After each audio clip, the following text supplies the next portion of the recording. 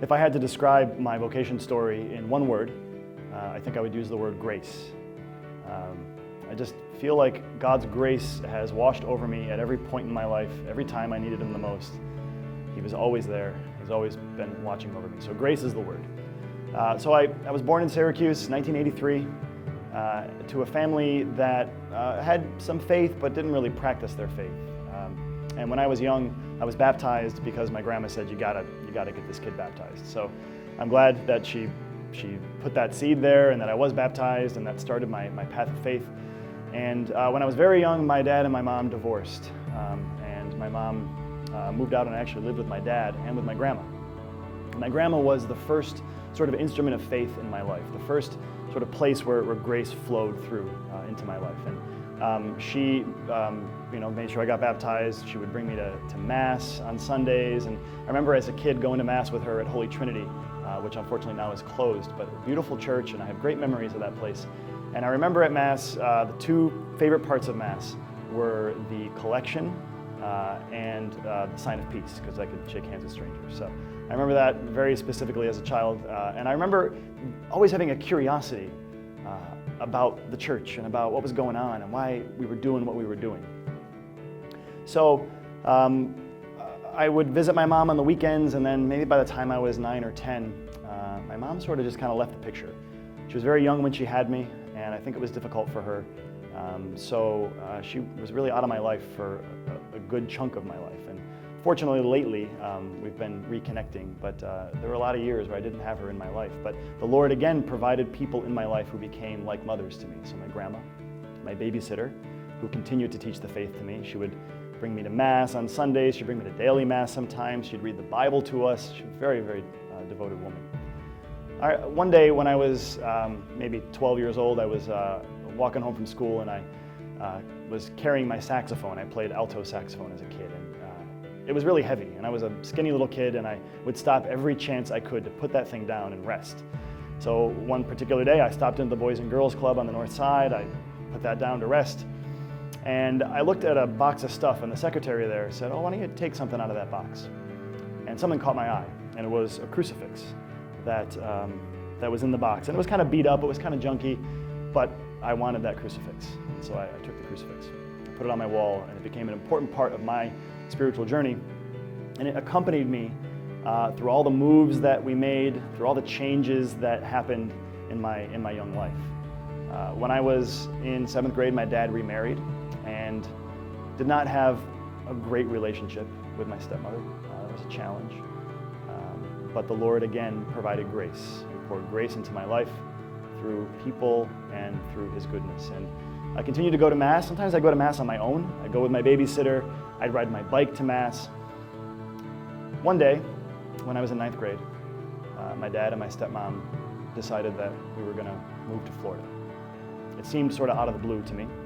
We just got up and left. So they said, pack whatever you can into your bags, and we're going south. And I remember that night praying in front of this crucifix. And I said, Lord, I don't want to go to Florida. I don't want to leave my friends. I don't want to leave my grandma. I want to stay here. We went, and I packed this crucifix among some other things in my bag, and it came with me down south. And we spent about a month in Florida, and as my dad and my stepmom looked for a job, there was nothing. There was no job, there was no house. We stayed in a hotel for the month that we were there. And eventually, the money ran out, so we had to come back north. And as we were driving north, I just had the distinct feeling that the Lord had heard my prayer. We went, and things were tough. He accompanied me, He gave me grace, and then He brought me home. And at that point, I went to move with my aunt. Up until this point, I had not received my first communion, my confirmation. I had no religious education at all, except for my babysitter reading the scripture to me. And so when I went to move with my aunt in my 9th grade year, she encouraged me to think about RCIA. And so I said, sure, why not? I want to get some education. I want to receive my first communion, finally. I'm a little delayed on that. So I went through RCA at St. Mary's in Baldwinsville, and when I was 16 years old, in 10th grade, finally received my first communion and confirmation. While I was living with my aunt, I was having a conversation with my dad, and he said that he would support me in anything that I did, even if I wanted to become a priest. I thought that was a little odd. I didn't ever think about becoming a priest. It was never even on my mind. I just liked church, priesthood, no. So I kind of tucked that in the back of my mind and let it go. And that was strange coming from him, who was not a man who practiced his faith. He believes in God, but didn't practice his faith. And by the time I was confirmed, that sort of haunted me in my heart, like, you should be a priest. One day I was praying in front of the same crucifix that I found in the box of junk that came to Florida with me, and I quieted my heart, and I looked at the crucifix, and I heard very clearly in my heart, and it wasn't my dad's voice, it wasn't my voice, but I heard very clearly, you should be a priest. And that was the first time that I had a calling.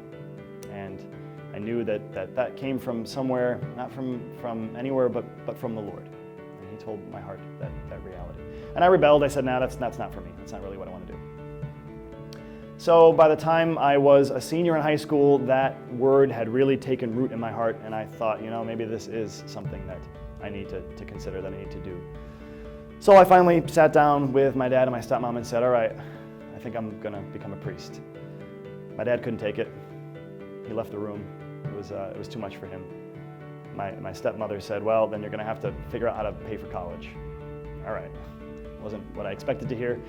And I don't blame my dad. I think he just didn't understand it. He just didn't know what this would mean for our relationship, what this would mean for me. And I think a lot of parents have that feeling. And my grandma just had so much pride. She had pride enough for the whole family. She told all her friends how proud she was that her grandson was going to become a priest. And even my father has come around. He's come to understand it more. He's come to appreciate my vocation. And I think he sees the impact that my priesthood has been able to have on many people. And he is able to tell me that he's proud of my vocation.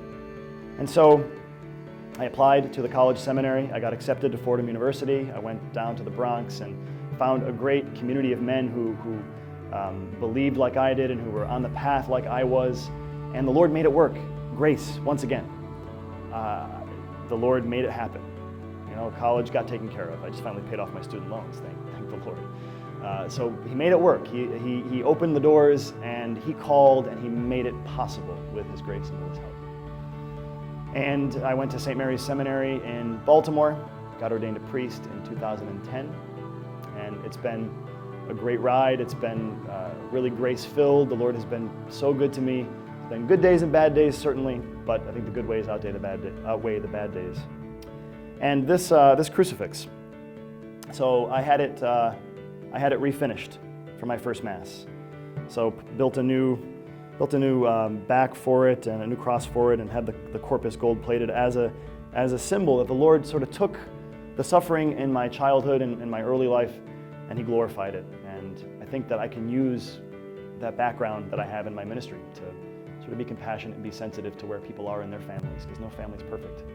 And in my ministry, I've had a chance to work with many people who struggle in their families. And so I think the Lord takes whatever we have in our background, whatever we have in our history, and he uses it, and he uses it for his glory.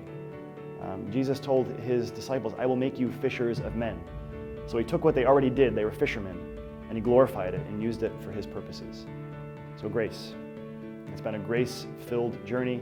God has been so good to me, and I know that he's calling many young men out there, and don't be afraid, because if he's calling you, he will give you the grace that you need to answer that call. I'm Father Christopher Ballard, and that's my vocation story.